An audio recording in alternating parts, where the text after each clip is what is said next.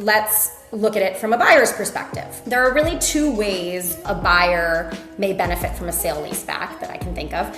First, the seller may complete the sale-leaseback before selling the business. So in that case, the buyer is purchasing only the operating business while leasing the property under a long-term lease. So this is beneficial as it reduces the amount of capital the buyer would need at closing, and because they're not also buying the real estate. And therefore, the buyer can use that capital to grow the business, whether that's hiring employees, purchasing equipment, expanding operations, or making additional acquisitions. This can also be ideal if a buyer's expertise is operating the business rather than owning and managing commercial real estate. As we discussed earlier, leasing can provide greater liquidity, more predictable occupancy costs, fewer property management responsibilities, and greater flexibility. The second scenario where a buyer can benefit from a sale-leaseback is the buyer purchases both the business and the real estate. And even if the buyer's long-term goal is not to own the property,